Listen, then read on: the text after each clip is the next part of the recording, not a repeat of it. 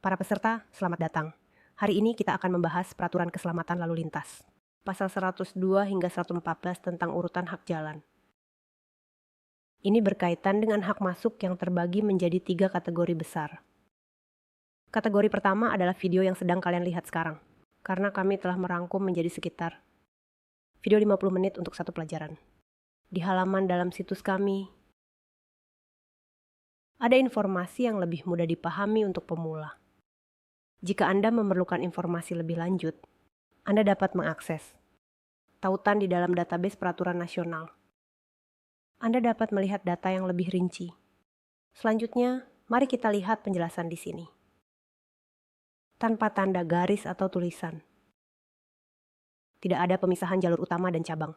Jalur terbatas harus berhenti. Beri kesempatan kepada jalur multi untuk melintas. Jumlah jalur sama, kendaraan belok harus berhenti. Beri kesempatan kepada kendaraan yang melaju lurus.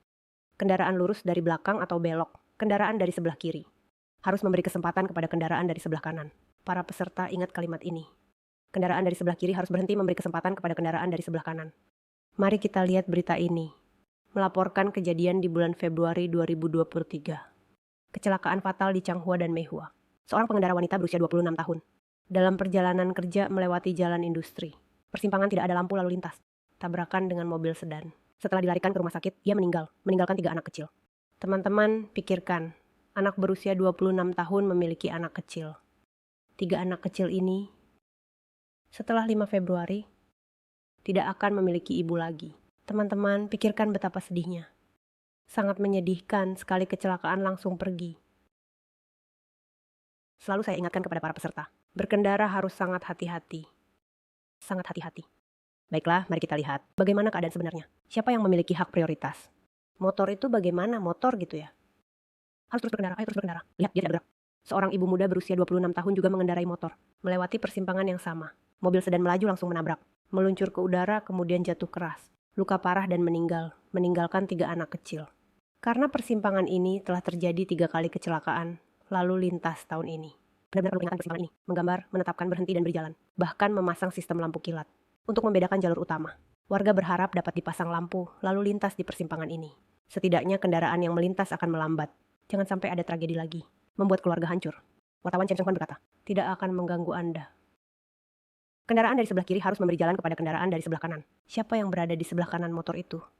Mobil memiliki hak prioritas. Jadi apakah hak itu berguna? Tidak ada gunanya. Selamat malam. Begitu, 1 nyawa sudah hilang.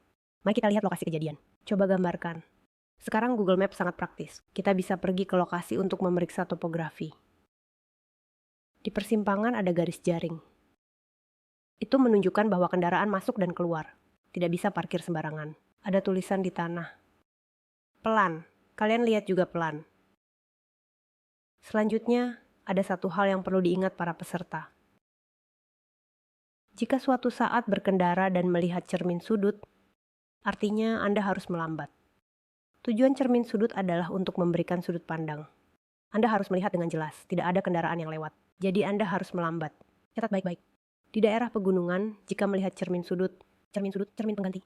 Itu berarti Anda mengatasi kekurangan penglihatan Anda. Jadi Anda harus melambat. Apakah ada di sini? Karena di sini mungkin tidak terlihat. Ini bisa terhalang. Di sini mungkin ada kendaraan masuk dan keluar. Ini dapat menghalangi pandangan Anda. Mobil sedan dari arah ini melaju maju. Semua berjalan. Baiklah.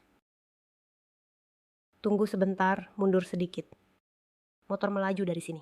Dari video kita bisa melihat, motor itu melaju cukup cepat. Tidak melihat ke depan dan langsung meluncur. Tidak ada yang melihat, di perempatan tidak ada mobil. Hanya saja terus berjalan ke depan, tidak tahu mengapa bisa begini. Sangat membingungkan, nyawa sudah hilang seperti ini. Lalu bagaimana dengan ketiga anak ini? Sekarang pintu masuk ini sudah diperbaiki. Mari kita lihat, apa yang diperbaiki di pintu masuk? Lampu lalu lintas sudah diperbarui. Sepertinya tidak buruk kan, tapi masalahnya muncul lagi. Selama ini tidak ada orang di sini. Jika tidak ada orang biasanya, lampu merah. Orang kampung ini tidak mendengar. Tidak ada orang yang lewat.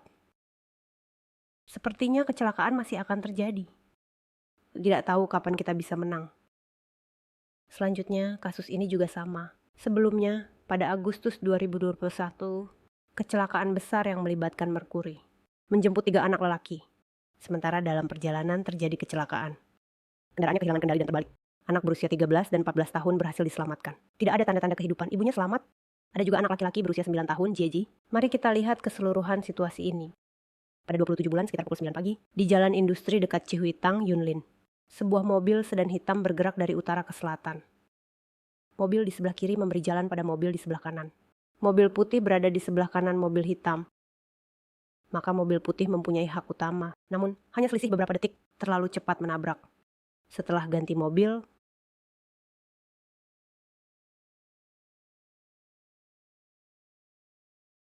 apakah kalian ingat amputasi 2 tahun lalu? Suami meninggal karena kanker. Kemudian 2 anaknya juga meninggal dalam kecelakaan tahun ini. Dan ada 1 lainnya yang diamputasi. Dalam situasi yang tidak menguntungkan. Harus lebih memperhatikan. Jika tidak berjalan lancar, jangan terbagi perhatian. Keteralihan perhatian akan menyebabkan masalah. Lalu kenapa kedua anak laki-laki itu meninggal? Kenapa terbalik? Karena tidak memakai sabuk pengaman. Terbalik menyebabkan mereka terlempar keluar dan tertimpa. Sekarang mari kita lihat lokasi kejadian. Sama saja jalan industri. Apakah ada permukaan jalan yang bergelombang? Bergelombang, apakah kalian melihat? Sangat lambat, Namun kecelakaan terjadi lagi. Mari kita pelajari apakah ada kesamaan antara kedua kecelakaan ini. Ada 1 kesamaan. Ini adalah ketiga anak kecil. Pikirkanlah, jika di rumah ada 1 anak, sangat senang. Jika ada 2, sangat menyenangkan. 3 anak sangat menggembirakan. Tapi siapa yang paling menderita? Ibunya paling menderita. Ayah juga menderita karena harus mencari nafkah. Menafkahi ketiga anak ini. Ibu harus menjaga ketiga anak ini. Dan juga harus bekerja. Setelah sibuk harus bekerja. Waktu jadi tidak cukup, harus terburu-buru. Termasuk ibu berusia 26 tahun yang tadi. 3 anak kecil setelah selesai. Dia harus pergi kan? Pasti terburu-buru. Sekarang saya bisa 100% yakin memberitahu kalian. Pasti terburu-buru. Jadi dari kedua kasus ini, ingin mengingatkan kalian semua. Setelah membangun keluarga, ada anak-anak yang perlu dijaga. Jangan serahkan kepada 1 orang saja. Melalui pintu masuk tanpa batas. Jangan anggap remeh. Tak peduli apakah itu pintu masuk yang baik ataupun pintu masuk yang tidak baik. Jangan pernah anggap remeh. Sebab fasilitas jalan tidak akan berubah. Jumlah kendaraan dan kecepatan kendaraan tidak diketahui. Jadi kalian harus belajar untuk mengurangi kecepatan terlebih dahulu. Harap diingat, pelajari untuk mengurangi kecepatan lebih dahulu. Berikutnya, mari kita lihat. Kabar ini juga sama. Tidak dapat menunggu anak pulang ke rumah lagi. Kata-kata ini, apakah terasa menyentuh? Sangat menyentuh dan membesarkan mereka sampai besar. Mobil mewah, aku sudah tiada. Mari kita lihat kecelakaan ini. Tepat terjadi di sebuah jalan pegunungan di Pingtung. Di sini ada tempat parkir, ada kendaraan dari Taipei. Terlalu terhimpit, mengubah arus ini menjadi monoton. Oke, mobil putih ini melintas di jalan dan menunggu celah. Saat menunggu celah, perhatikan baik-baik. Maju atau mempercepat untuk lewat. Truk itu melaju dengan cepat setelah melewatinya. Melaju dengan cepat, apakah ada di sini? Bagian depan mobil semakin parah saat mendekati sini. Tidak bisa menyerobot ke depan, ia perlu memperhatikan apakah ada kendaraan yang datang. Sasaran tidak datang untuk diuji, jadi dia berhenti sebentar. Lalu tertabrak ya. Jika dipasang seperti itu, apakah ada cara untuk selamat? Tidak ada cara untuk selamat. Meninggal di tempat, meninggal di tempat. Saya di toko gerakan. Meletakkan senjata sebesar itu. Seharusnya sudah mati, karena tertusuk di sana dan tidak bergerak. Distrik Hokusaku berada di Jalan 35, observasi pada 18 Festival. Saat yang tepat, ada 1 tas lain ketika motor melaju di belakangnya. Sekarang berhenti di depan untuk melihat. Sepertinya sedang terburu-buru pulang. Melihat pengendara motor ini. Terlindas, tersangkut di atap mobil. Juga tidak tahu harus berbuat apa. Kesedihan datang perlahan. Apakah Anda mendengar suara? Kecepatan ini sangat cepat. Melihat tidak, masih ada 1 kendaraan di belakang. Temannya mengikuti di belakang. Ini adalah mobil putih, pengendara pertanian dan temannya mengendarai sepeda. Saat ini mobil putih sudah akan melewati jalan. Jadi mobil sedan ini bergerak. Ketika dia tidak melihat, tertabrak di sini. Dia berpikir jika melewati tidak akan selamat. Sekarang juga ada teman yang bilang saat mengendarai sepeda, mereka menyuruhnya untuk tidak melompat. Juga ada teman yang berterima kasih kepada pihak penyelenggara datang untuk berusaha meraih kemenangan. Sekarang kecepatan sepeda motor ini mungkin melebihi 200. Apakah ada lomba kecepatan atau pelanggaran kecepatan? Polisi sedang menyelidiki untuk mengklarifikasi kecelakaan ini. Semua orang harus diingatkan, semua orang harus berhati-hati. Ketika melintasi jalan, pastikan sekali lagi tidak ada kendaraan. Ingat baik-baik, oh baik. Jadi, siapa yang bertanggung jawab atas kecelakaan ini? Pengendara sepeda motor besar, karena dia melanggar batas kecepatan secara serius. Dia mengendarai lebih dari 200. Mari kita lihat gambar ini. Melihat lampu kuning berkedip, kita harus memperlambat kecepatan. Melihat lampu merah berkedip, harus berhenti dulu sebelum melanjutkan. Untuk melihat Benny Supermarket, masih sama harus memperlambat kecepatan. Kenapa? Karena akan ada kendaraan yang masuk dan keluar. Jika ada mobil masuk dan keluar, maka akan ada titik konflik. Pom bensin juga sama. Stasiun pengisian juga sama. Karena ada kendaraan yang masuk dan keluar. Mari kita lihat sebentar. Apakah persimpangan ini bisa dianggap sebagai persimpangan? Selain itu, apakah ada lampu berkedip, lampu kuning, dan lampu merah? Mari kita lihat persimpangan ini. Apakah ini termasuk persimpangan? Karena tidak ada. Tidak ada jalur, jadi tidak dihitung. Apakah persimpangan ada lampu berkedip, lampu kuning?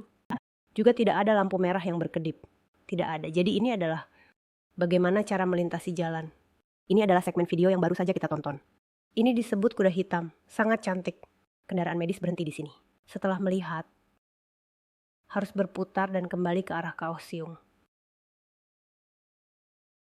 Menuju selatan tepat di sini. Di sini lihat masih ada stasiun pengisian. Masih ada supermarket. Apakah Anda melihat supermarket? Di sini ada 111. Ini juga cukup terkenal.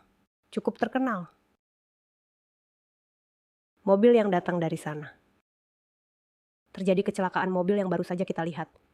Semua orang pikirkanlah, jika hari ini adalah Anda. Anda melintasi jalan ini, bagaimana Anda akan melintasi jalan? Harus memeriksa 3 kali, pastikan tidak ada kendaraan. Ingat baik-baik. Harus melihat dengan jelas. Sepenuhnya tidak ada kendaraan baru bisa bergerak. Jalan, atau kita harus ikut memperlambat. Jika ada lampu lalu lintas, maksudnya adalah pintu masuk ini. Jika tidak ada lampu lalu lintas, maka di persimpangan depan ada lampu lalu lintas. Misalkan ada lampu lalu lintas di sini. Anda harus menunggu lampu merah. Pastikan tidak ada kesalahan sebelum melanjutkan. Jika tidak, situasi seperti ini akan terus berulang. Metode paling aman adalah menghabiskan sedikit waktu. Menghabiskan sedikit waktu untuk melintas, artinya Anda tidak boleh langsung melintasi. Anda harus terlebih dahulu berjalan lurus di jalur luar. Setelah berjalan lurus, kembali ke jalur dalam. Kemudian belok kembali dari celah berikutnya. Putar balik seperti mobil ini. Berhenti di pulau aman ini, paling aman, mobil harus bersembunyi di pulau aman. Tidak ada lampu berkedip, lampu kuning dan merah. Karena itu bukan jalur masuk, tetapi sebenarnya memiliki fungsi jalur masuk. Ini adalah yang perlu diingat oleh semua orang. Karena setelah kecelakaan ini, sekarang persimpangan ini berubah menjadi bagaimana? Mari kita lihat. Mengabaikan belokan tiba-tiba. Saat ini semua sudah ditutup. Sudah ditutup. Termasuk celah di depan juga sama. Di sini juga sama. Semua sudah ditutup. Jalan ini sangat lurus, juga merupakan garis pantai. Jadi rasanya cukup baik, sangat bagus. Selanjutnya, mari kita lihat situasi yang kami hadapi tahun-tahun lalu di daratan. Namun pelatih harus memberitahu terlebih dahulu, karena pelatih tidak membisukan. Jadi Anda akan mendengar makian. Tapi tidak masalah. Ini justru lebih menarik. Tetapi dia takut kita kabur.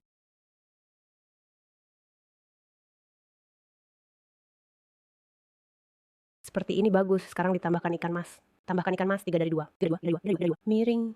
Jadi tidak perlu terburu-buru. Lempar beberapa kali lagi.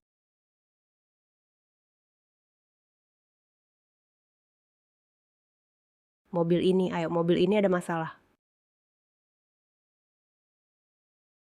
Oke, semua di sana berantakan. Saya sama sekali tidak bisa melakukannya. Saya tidak punya. Baik, selamat tinggal. 2 sendok. Saya baru bisa jadi berotak. Terima kasih semuanya. Selamat tinggal.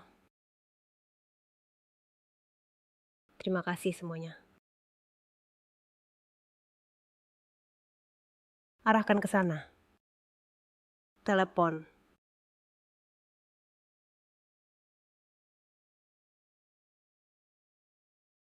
Baik, kita lanjutkan latihannya. Ini adalah situasi yang kami hadapi sebagai pengemudi. Jadi nanti jika Anda mengemudi juga akan menghadapi situasi seperti ini, bagaimana cara menghindarinya? Tadi apakah Anda mendengar suara kendaraan lunak ada tombol? Suara klakson. Semuanya tidak seharusnya tidak diperhatikan. Mari kita lihat tempat kejadian. Merah adalah mobil sedan, biru adalah mobil transportasi.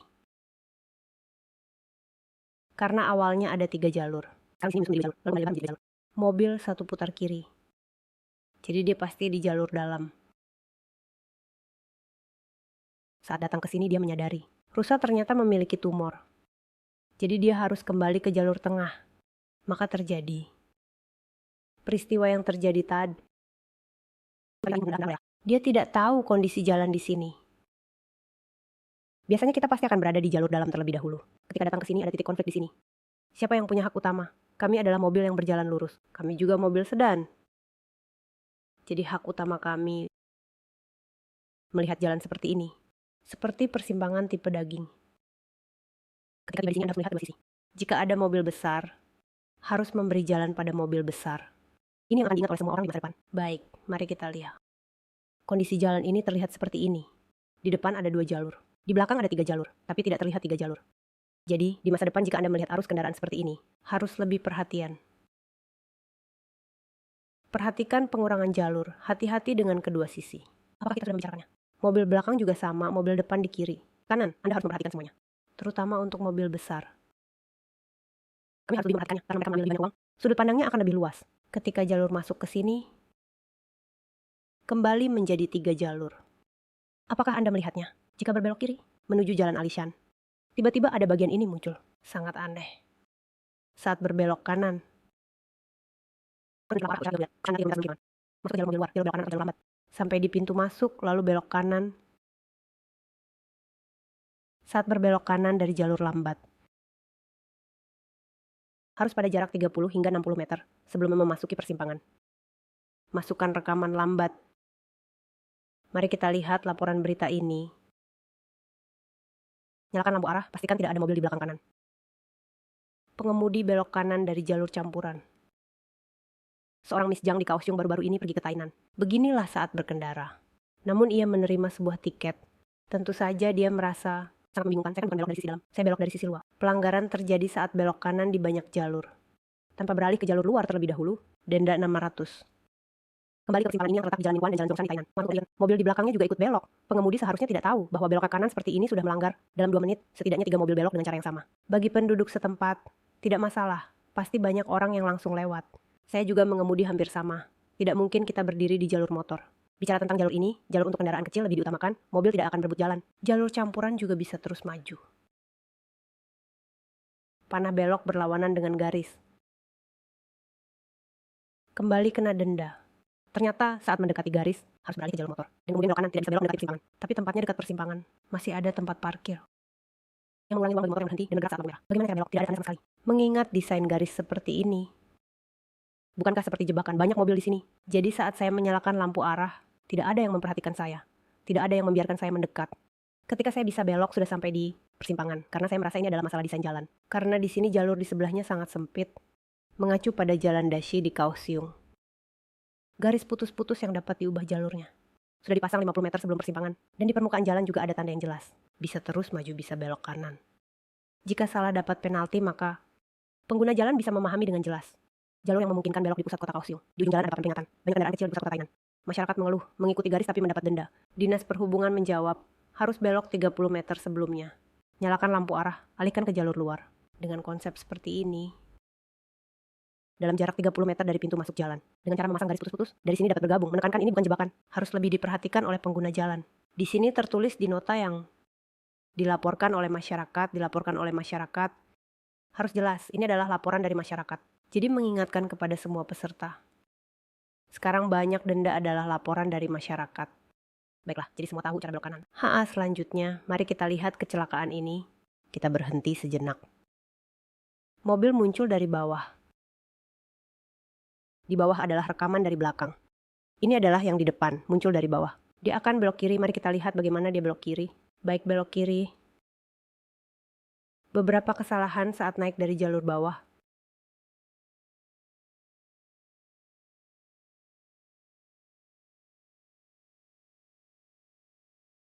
Tahu kan, suatu saat berkendara. Untuk menghindari perselisihan yang tidak perlu. Dalam situasi seperti ini, jangan lupa di depan. Jika perlu, nyalakan lampu arah. Ikuti di belakangnya, jangan potong ke depannya. Ingat baik-baik ya, ikuti di belakangnya. Mengikuti di belakang akan lebih aman. Baik, lebih aman sedikit. Dengan cara ini tidak ada masalah, dia belok. Orang di belakang merasa tidak nyaman. Kamu juga tidak membawa 2 pasang sudi, mobil kedua. Baiklah, lihat tidak ada yang nangkap. Apakah tidak boleh melanggar garis jalur? Jika sampai ke sini, jika ada kamera pengawas di pintu masuk, tetap juga akan menerima denda. Selanjutnya saat belok ada di sini, garis panduan untuk kendaraan sama dengan garis panduan belok. Dia sudah memotong keluar. Itu juga tidak boleh. Oh baik, setelah rounds ada 2 jalur. Saat belok kiri harus ke jalur dalam, karena memang harus memotong. Jadi dia bisa berbelok ke jalur dalam juga. Namun karena dia ingin, selanjutnya dia harus belok kanan, jadi dia ke jalur luar. Lihat tidak? Jadi orang ini muncul dari jalur bawah. 1 kesalahan, 2 kesalahan, 3 kesalahan, 4 kesalahan. Sudah terjadi 4 kesalahan. Jika tidak terjadi kecelakaan aneh sekali. Terus jalan ke depan. Oke, pergi ke Lanta. Kita percepat sedikit. Oke, berikutnya dia belok kanan di persimpangan depan. Mari kita lihat di belakang. Di belakang, di cermin itu,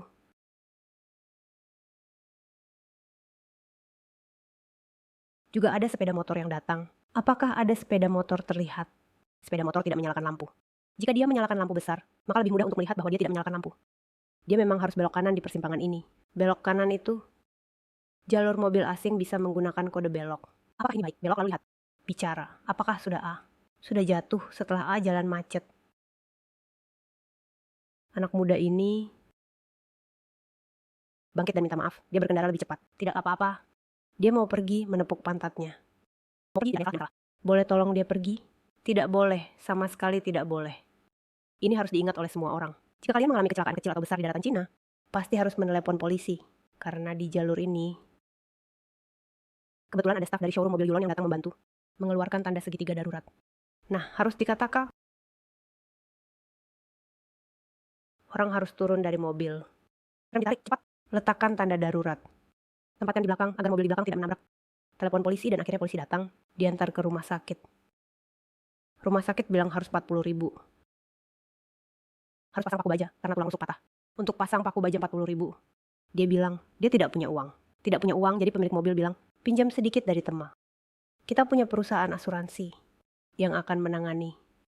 Nah, mobil ini ada asuransi tanggung jawab 3. Yang berarti jika kami mengalami kecelakaan, perusahaan asuransi akan bernegosiasi dengan pihak untuk penyelesaian, dan perusahaan asuransi akan mengeluarkan uang untuk mengganti pihak lain. Orang itu bangkit, jadi lebih baik begitu. Iya, ini disebut asuransi tanggung jawab ketiga. Dia memiliki asuransi untuk jalur ini. Jadi diserahkan ke perusahaan asuransi untuk ditangani. 1 bulan kemudian, perusahaan asuransi menelepon dan bilang sudah diselesaikan 80.000. Penyelesaian dilakukan. Jadi bawa cap KTP untuk menyelesaikan. Jadi semua setelah ini berkendara harus sangat berhati-hati. Mari kita lihat gambar di depan dia ini. Juga disebut sebagai asuransi sembarangan. Kita lihat gambar ini, itu adalah kendaraan A. Interior kendaraan. Sekarang kita lihat kaca jendelanya. Kaca jendela dilengkapi dengan tirai. Pelatih tidak menyarankan untuk memasang tirai. Memasang tirai lebih tinggi privasinya. Tidak salah. Itu akan ada masalah visi sudut pandang untuk teman sepeda motor itu. Dan jika itu dilipat, luas pilar B-nya. Jadi sangat tidak cocok. Ada keraguan tentang keselamatan berkendara. Mari kita lihat kaca spionnya. Kaca spionnya dilengkapi dengan kaca lebar. Kaca lebar tujuannya apa?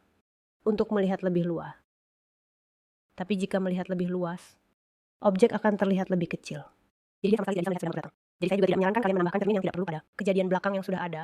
Pengemudi ini adalah seorang wanita berusia 70-an. Dia adalah tetangga kita.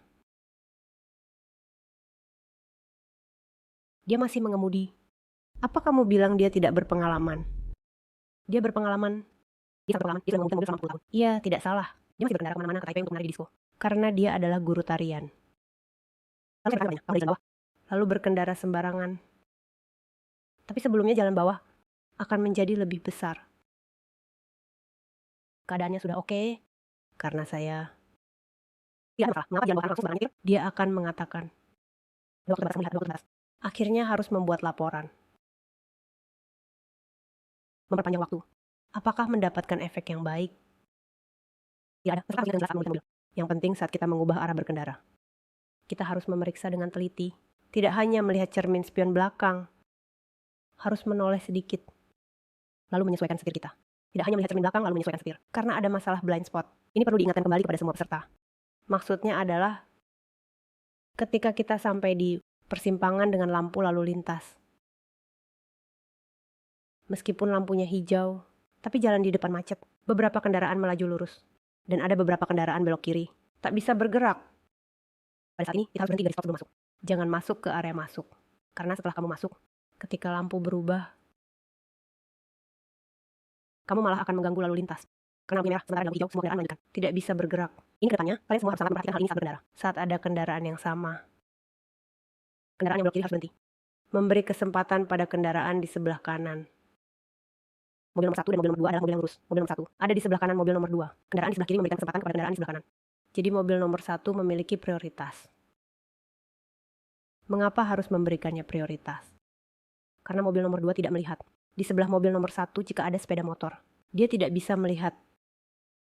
Jika dia tidak melihat dan mencoba melintas, sangat mudah untuk ditabrak oleh sepeda motor. Kita sering melihat. Atau di persimpangan sering melihat situasi seperti ini. Mengemudi di luar sana juga akan menghadapi situasi seperti ini. Situasi apa? Saat sampai di persimpangan ini, mobil nomor 1 seperti kamu.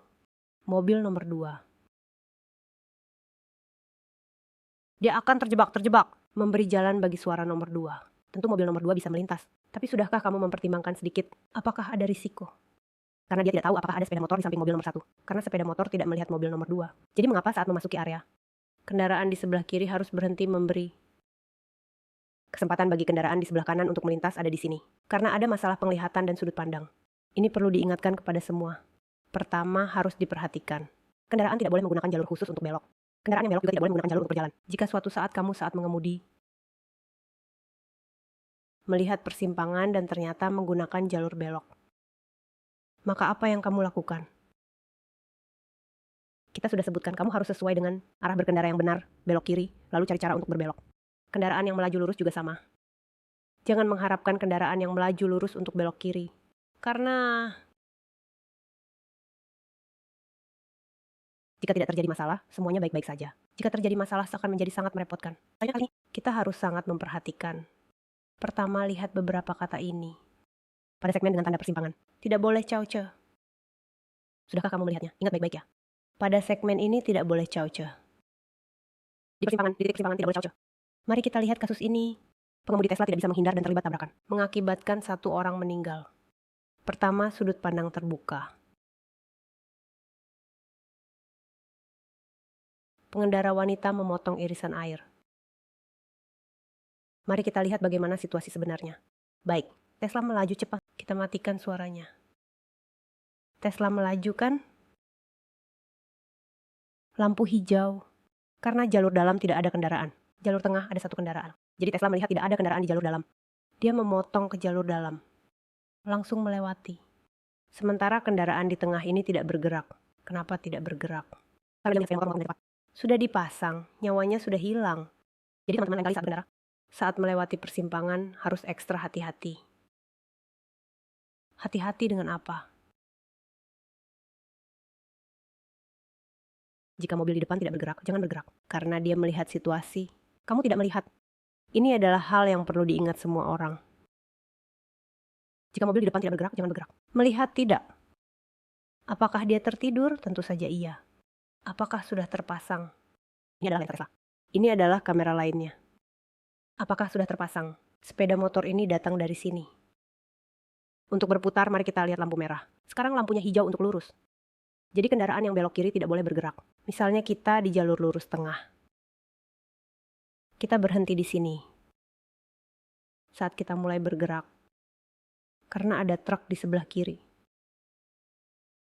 Menutup pandangan kita. Jadi saat kita mulai bergerak, harus perlahan-lahan bergerak perlahan. Tidak bisa langsung cepat. Karena kita tidak bisa melihat kendaraan dari sebelah kiri. Ini perlu diingat semua orang. Kecelakaan seperti ini sering terjadi. Jadi jangan terburu-buru. Selain itu, jika di depan ada mobil, kita berada di belakang mobil itu, saat lewat dia memperlambat kecepatan. Mobil di depan memperlambat kecepatan. Kita juga harus memperlambat kecepatan. Bahkan jika dia berhenti, kita harus ikut berhenti. Jangan bilang tidak melihat orang, lalu kamu terus lewat. Bukan, tidak melihat. Yang tidak terlihat adalah mobil di belakang kita. Tidak berarti mobil di depan tidak terlihat. Nah, Jadi ini harus diingat semua orang. Mobil di depan memperlambat kecepatan. Pejalan kaki harus menggunakan jalur penyeberangan. Pelatih juga menambahkan kalimat ini. Hati-hati, jangan langgar rambu-rambu. Pejalan kaki karena terlalu dekat. Jalan lebih mudah. Jadi, kita sering melihat pejalan kaki berjalan seperti ini. Wartawan mengatakan ini adalah zebra cross. Ini bukan zebra cross. Gimana cara pejalan kaki menyeberang? Singkatnya, incheon. Menyeberang jalan. Jika tidak ada masalah, ya tidak masalah. Jika ada masalah, kamu harus menyeberang. Ada sepeda motor datang. Karena menabrak kamu lalu jatuh. Atau karena hujan jadi jatuh. Tanggung jawab siapa? Tanggung jawab ada di pemimpin. Ini perlu diingat para siswa. Cara menyeberang jalan sangat berbahaya. Sudah berbahaya. Masih ada tanggung jawab kecelakaan. Jadi perlu diingat semua siswa. Saat belok kiri, harus menunjukkan 30 meter sebelum persimpangan. Lampu arah kiri atau isyarat untuk berpindah ke jalur dalam atau belok kiri. Jalur sampai di tengah masuk untuk belok kiri. Tidak boleh menduduki jalur kendaraan yang datang untuk belok kiri lebih dulu. Mari kita lihat gambar ini. Ini adalah area belok kiri. Jika menggambar area belok kiri, bisa dilihat ini. Tempat untuk menunggu belok kiri. Khusus lampu waktu menunggu menyala. Jika tidak ada jalur belok kiri, belok, maksudnya tidak boleh sampai tengah pintu masuk, menunggu untuk belok kiri. Jadi bagaimana kita belok kiri? Mari kita lihat foto ini. Bisakah? Belok kiri, hal pertama yang harus dilakukan. Kita harus lihat apakah ada tanda larangan belok kiri. Jika ada merah dan hijau, bolehkah belok kiri? Jawabannya adalah boleh. Yang harus kita lakukan adalah harus memastikan tidak ada kendaraan yang datang. Harus dijelaskan dengan jelas kalimat ini. Karena banyak kendaraan yang mengalami kecelakaan saat belok kiri. Karena dia hanya melihat truk di jalur dalam. Atau mobil penumpang, dia tidak melihat sepeda motor di sebelah. Karena sepeda motor lebih cepat. Saat kamu berbelok. Saat kamu datang sudah terlambat. Langsung menabrak. Lalu kenapa bisa menabrak mobil ini? Karena kami berbelok ke kiri dan sampai di sini. Jika ada orang yang sedang berjalan, kami akan berhenti. Saya tidak berhenti membawa sepeda motor. Langsung melaju dan menabrak. Kasus seperti ini sangat banyak. Jadi saat kami berbelok ke kiri, harus sangat berhati-hati, memastikan tidak ada mobil yang datang. Selain itu, di sini ada jalur penyeberangan. Tidak ada pejalan kaki yang jauh di jalan. Ini harus diingatkan kepada semua. Mari kita lihat video ini. Mari kita terus lihat lampu hijau, kita akan berbelok kiri. Oke, kita siap untuk belok kiri. Jadi mobil kita mendekati tengah, menunggu untuk belok kiri. Namun kami tidak menghalangi jalur kami di pulau aman ini. Jika jaraknya cukup, kami akan melintas. Apakah Anda memperhatikan orang? Oke, mobil putih ini juga berhenti. Kasih dia lewat. Pejalan kaki ini, kita harus berhenti. Biarkan dia lewat dulu. Karena bagian mobil kita berada di jalur, jadi semua yang mengemudi di luar ingatlah. Harus pelajari baik-baik. Melihat pejalan kaki, apakah ada orang di jalan. Jika tidak, saat Anda berbelok, Anda harus menunggu jalan kaki lewatan. Dan ternyata mobil datang. Sepeda motor datang. Contoh kecelakaan ini sangat banyak, jadi kita harus berhenti. Saat berhenti, badan mobil sedang di jalur. Truk militer kembali ke pangkalan. Kecelakaan saat berbelok kiri. Berita terbaru dalam negeri. Di Pingtung Hengchun, siang ini terjadi kecelakaan fatal. Kendaraan militer yang sedang berpindah posisi dikemudikan oleh Sersan Cheng. Di Jalan 26, sedang bersiap masuk ke pangkalan. Seorang pria bernama Zhang menunggangi motor besar bertiga mengalami tabrakan. Setelah benturan keras, langsung menabrak tembok dan jatuh. Pengendara Zhang dan penumpang belakang dilarikan ke rumah sakit. Sersan Zhang sudah tidak punya tanda vital di tempat. Dilarikan ke rumah sakit tidak tertolong. Sementara penumpang belakang sempat siuman.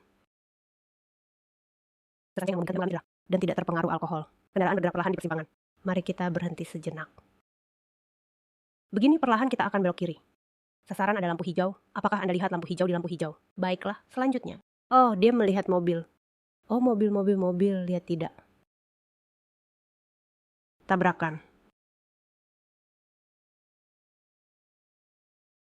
Penumpang di dalam mobil berteriak tak berguna. Sebuah motor besar langsung menabrak truk militer ini. Saya melihat, saya tahu, kesadaran tidak ada. Bagaimana bisa biarkan mereka sendiri?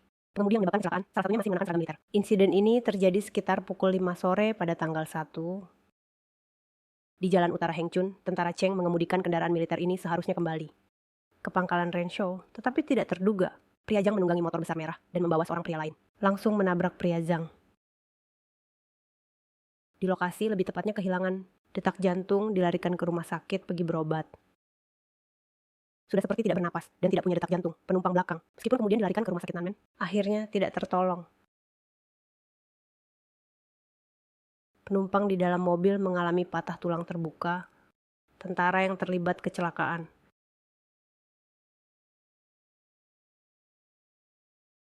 Tidak terpengaruh alkohol, tanggung jawab terkait juga akan terus diselidiki. Reporter Su Shihui melaporkan dari Pingtung. Oke, yang kita bicarakan tadi adalah lampu hijau. Lampu hijau. Mari kita lihat persimpangan ini. Persimpangan ini cukup besar, yaitu pangkalan ini. Saat truk militer kita kembali dari sini. Memakai truk besar sampai di sini. Kecepatan diperlambat karena ini waktu sore. Malam agak gelap. Dia harus belok kiri masuk ke pangkalan. Dan di depan lampu hijau. Berapa batas kecepatan lampu hijau? 70. Lihat tidak, 70. Oke, saat belok kiri tepatnya ditabrak. Dari kecelakaan ini, apakah mau berbalik atau belok kiri? Jika ada persimpangan di depan, jika lampu hijau, jangan belok kiri. Atau belok balik, tunggu persimpangan ini. Adalah lampu merah, lampu merah. Jadi tidak ada mobil yang datang. Kamu baru bisa belok kiri atau putar balik. Artinya, kamu harus memastikan berkali-kali apakah ada mobil di sini. Karena mobil yang baru saja lewat adalah motor besar berplat merah. Apakah ada masalah melanggar batas kecepatan? Mungkin keluarganya merasa begitu. Mungkin karena lampu hijau. Ia langsung melaju ke depan. Mungkin dia melanggar batas kecepatan. Karena batasnya 70, jadi harus melanggar kecepatan. Jadilah tabrakan. Umumnya, di area militer seperti ini, akan ada tentara yang berjaga di sana. Untuk mengatur lalu lintas. Terutama saat kendaraan besar masuk dan keluar dari area militer. Hampir. Sepertinya tidak ada petugas yang mengatur. Ini adalah hal yang salah. Terjebak di lampu hijau. Jadi sebaiknya kamu tidak lewat. Tidak boleh memaksa. Sebelum berbelok, langsung masuk ke persimpangan. Menggunakan jalur yang mengganggu kelancaran lalu lintas. Mari kita lihat gambar ini. Gambar ini adalah sketsa kecelakaan yang digambar oleh polisi. B adalah sebuah mobil yang berputar. Ia akan belok untuk berputar. Ini adalah beberapa jalur. 1, 2, 3, 4. 4 jalur 2 arah dengan 4 jalur samping. Ia harus melintas dari jalur kendaraan luar. Akibatnya motor datang dari belakang. Melihat mobil B memberi sinyal. Mengira dia akan terus lurus. Beralih ke jalur dalam. Ternyata dia berputar. Akhirnya terjadilah tabrakan. Mobil terjatuh di tengah jalan ini. Mari kita lihat kendaraan ini. Ia menabrak di tempat ini yaitu bagian kiri belakang sini. Itu berarti dia belum menyelesaikan belokan. Maka dia menabrak di tempat ini. Jika dia selesai berbelok, tidak seharusnya menabrak di sini. Seharusnya dia menabrak di sini kan? Setelah menabrak, mobil ambil di depan. Jadi melihat posisi tabrakan, bisa disimpulkan bahwa dia belum menyelesaikan belokan. Seluruh kendaraan ini terletak di tengah jalan dan menabrak. Menabrak kursi belakang, hampir bisa menghindar. Baik, lalu bagaimana? Selanjutnya, tentu saja menelepon polisi. Pasang tanda segitiga. Setelah itu, kemudian urusan ditangani oleh perusahaan asuransi. Karena mobil ini memiliki asuransi. Kendaraan ini sudah berusia 20 tahun. Berapa nilai sisa yang tersisa? Mungkin tersisa sekitar 20.000. Namun pemeliharaannya sangat baik. Ban baru saja diganti, pemeliharaannya sangat baik. Hanya saja, agak boros bahan bakar. Hasil perkiraannya lebih dari 40.000. Apakah perlu diperbaiki? Iya. 20 tahun sudah kan, kamu harus memperkirakan 40. Sepertinya perlu biaya lebih dari 50.000. Dia harus memotong semuanya ke bengkel resmi untuk diperbaiki karena semua perawatannya resmi. Jadi, diperkirakan biaya sekitar 50.000. Pemilik mobil merasa itu tidak baik. Jadi lebih baik ganti baru. Lagi pula sudah 20 tahun. Dia pun menggantinya. Karena dana tidak cukup. Dana hanya tersisa 20.000. Akibatnya pergi mengganti dengan mobil baru. Dapat mengganti hingga 50.000. Baik, selanjutnya kita lihat laporan awal. Kita terus membahas. Mengenai laporan awal yang panjang ini mencakup waktu, tempat, nama pengemudi, jenis kendaraan. Ada kemungkinan yaitu ia menulis di sini. Jenis kendaraan adalah biasa. Motor besar. Belum ditemukan faktor penyebab. Karena biasanya ada faktor penghalang dan pemicu. Faktor penghalang biasanya lebih berat. Faktor pemicu biasanya lebih sedikit. Dia tidak mencantumkan catatan kedua di sini. Jadi seluruh kecelakaan ini terjadi diakibatkan oleh kendaraan kecil ini. Sebab utamanya adalah berputar tidak sesuai aturan. Aturan rapat. Berapa banyak uang yang harus dibayar? Perusahaan asuransi kemudian berbicara dengan pihak lain. Kompensasi sebesar 40.000 sudah diselesaikan, karena orangnya tidak mengalami cedera serius. Mobilnya rusak. Baik, ini adalah titik penyelesaian yang jelas. Jadi, kenapa pelatih terus meminta para siswa untuk tidak berputar di jalan raya? Syukurlah, hanya cedera ringan. Jika jatuh dan terluka, maka akibatnya akan sangat sulit dibayangkan. Sangat sulit dibayangkan, terutama untuk sepeda motor. Mobil ada helm keselamatan. Tapi masalahnya adalah tulang leher. Tulang belakang tidak terlindungi. Banyak kecelakaan mobil setelah jatuh menjadi lumpuh. Menjadi koma pun sangat banyak. Mari kita lihat gambar di lokasi. Tepat di tempat ini. Pintu ditarik ke sini, terlihat di sini. Apakah ada yang menabrak garis? Sampai jumpa di episode berikutnya. Dia ada di gedungnya. Dia perlu berputar di sini. Garis kuning ada pusat. Artinya tidak boleh berputar. Tetapi di sini ada keluarnya. Pintu masuk dan keluar parkir bawah tanah. Tapi tetap saja tidak boleh, karena itu berputar. Dia berputar, itu tidak diperbolehkan. Karena ada dua jalur yang terpisah. Dan lagi, dia di jalur kendaraan luar. Jadi dia menciptakan hambatan. Coba pikirkan berputar seperti itu. Berputar di jalur luar.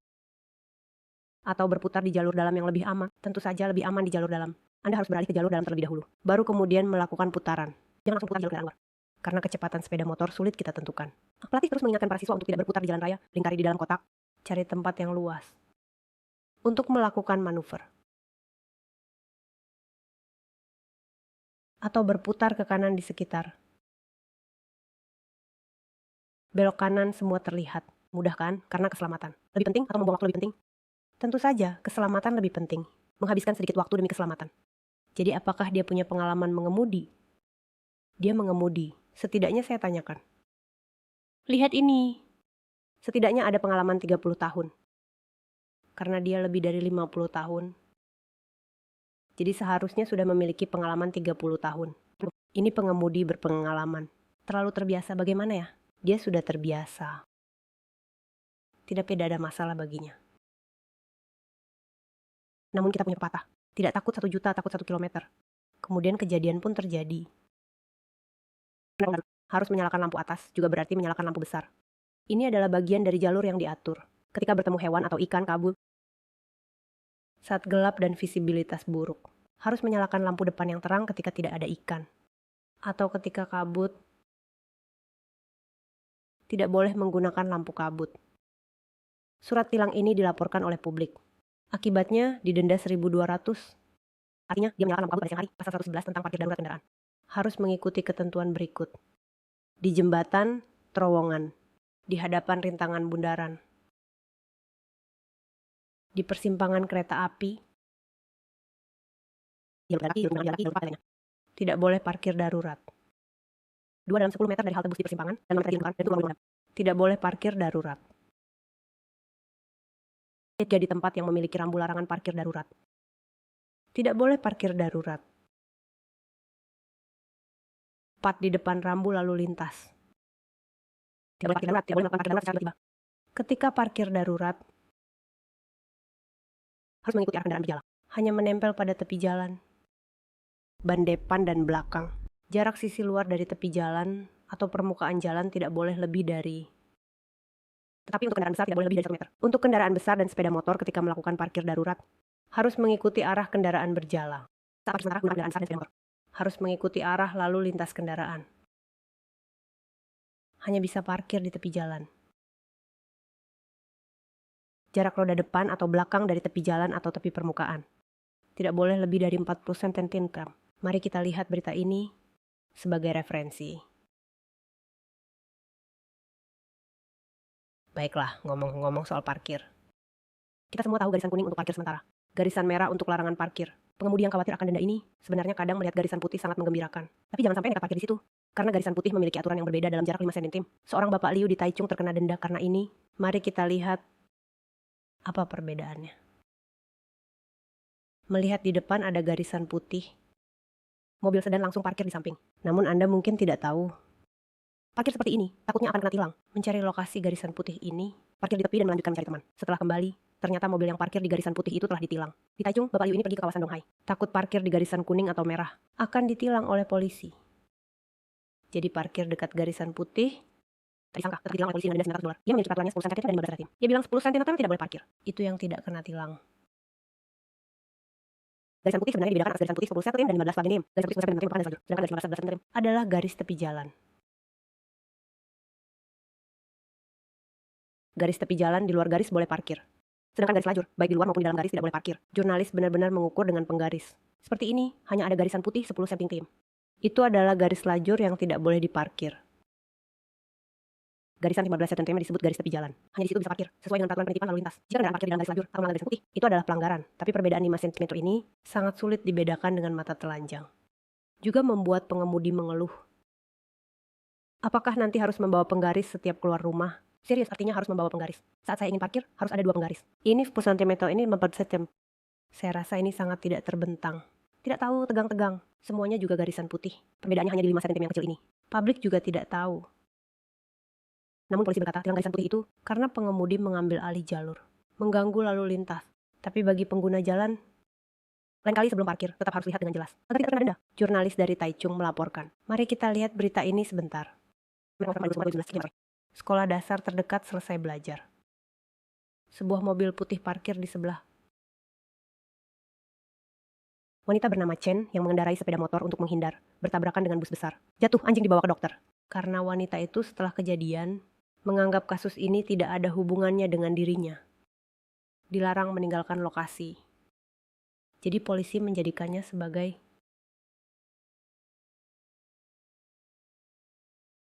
terkait ketika itu tidak melaporkan kepada polisi. Tidak meninggalkan kontak. Dianggap bersalah karena kelalaian menyebabkan kecelakaan. Dan dianggap bersalah atas kelalaian menyebabkan kematian. Masing-masing dijatuhi hukuman 6 bulan. Dan dicabut SIM. Tidak dapat diuji coba selamanya menurut informasi. Pengemudi tersebut saat itu mengendarai kendaraan antarjemput. Siap mengambil siswa. Tiba-tiba demi kenyamanan malah merenggut nyawa. Jurnalis mencatat tempat kejadian serupa. Sekitar pukul 4 sore. Pada waktu pulang sekolah banyak orang tua dan mobil antarjemput. Banyak kendaraan. Berdasarkan statistik polisi, dari tahun 108 hingga 110, di dalam garisan putih diperbolehkan parkir. Namun di luar adalah jalur sepeda motor. Tidak boleh parkir. Namun kendaraan parkir berjejer dapat ditemui di mana saja. Meskipun mereka berpikir, putusan ini menganggap prinsip proporsionalitas.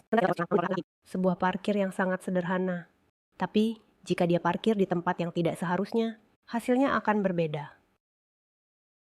Jadi, semoga para peserta pelajaran nanti saat mengemudi di luar, saat parkir, kamu harus mencari tempat parkir yang baik, jangan sembarangan. Jangan berpikir hanya sebentar saja. Jika sial, nyawa bisa melayang seketika. Jadi kamu menyesal tidak ada gunanya. Selanjutnya, mari kita lihat langkah-langkah keselamatan yang harus diikuti. Membuka dan menutup pintu mobil. Keamanan yang lebih baik adalah prioritas utama. Lihatlah kaca spion, periksa kaca tengah. Lihat kaca spion kiri kedua. Putar badan dan lihat ke belakang ketiga. Pastikan tidak ada kendaraan. Keempat, pastikan ada celah aman untuk keluar dari mobil.